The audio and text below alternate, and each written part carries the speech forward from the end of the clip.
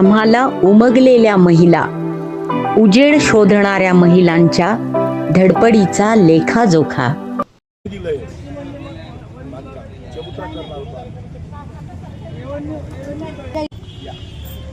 तुम्ही पण या सगळ्या जणी आणि ह्या सविताताई हजारे आणि हे पाहिजे.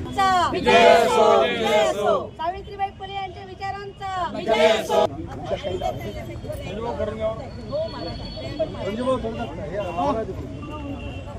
थोडं इकडे बघा. नाही हा हार बरोबर लावा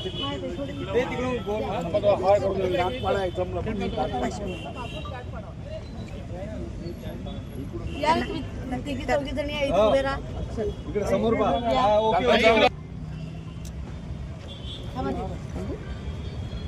महात्मा फुलेंच्या वंशज नीताताई होले ह्या पुण्यावरून या ठिकाणी जी विटंबना झाली पुतळ्याची सावित्रीबाई फुलेंच्या, त्याला भेट देण्यासाठी पुण्यावरून आज इथं आलेले आहेत आणि याचा निषेध व्यक्त करण्यासाठी आलेले आहेत आणि प्रशासनाला हे पुतळा काढण्याचं काय कारण आहे याचा जाब विचारण्यासाठी नीताताई होले या ठिकाणी आलेले आहेत आणि त्यांनी सावित्रीबाई फुलेंच्या पुतळ्याचं हे केलेलं आहे.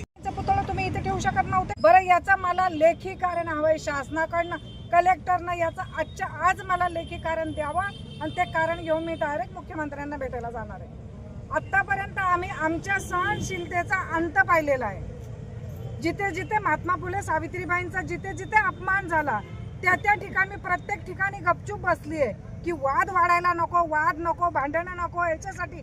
पण किती दिवस महामानवांचा अपमान करणारे ज्या क्रांतिकारकांनी तुम्हाला माणूस म्हणून जगायला शिकवलं, आज महिला जिथे कुठे नाही तिथे पोचल्या, ज्यांच्यामुळे पोचल्या, त्यांच्या पुतळ्याला तुमच्याकडे जागा नाहीये का? नाहीये. ज्या माईन आम्हाला इथे घर नव्हतं करायचं किंवा माझ्या समितीच्या कुठल्याही माणसाला घर नव्हतं करायचं, फक्त पुतळा हवा आहे. तो कशासाठी हवा आहे की यवतमाळ मधल्या लोकांना इथे माईंची जयंती साजरी करायला मिळावी म्हणून तो पुतळा हवा होता. याला कारण असं पाहिजे की आम्ही इथं पुतळा बसवू शकत नाही, याला कारण खूप मोठं लागेल. ते कारण तुमच्याकडे नसेल तर आज पुतळा इथे आणून बसवा, अन्यथा मी इथेच उपोषणाला बसणार आहे.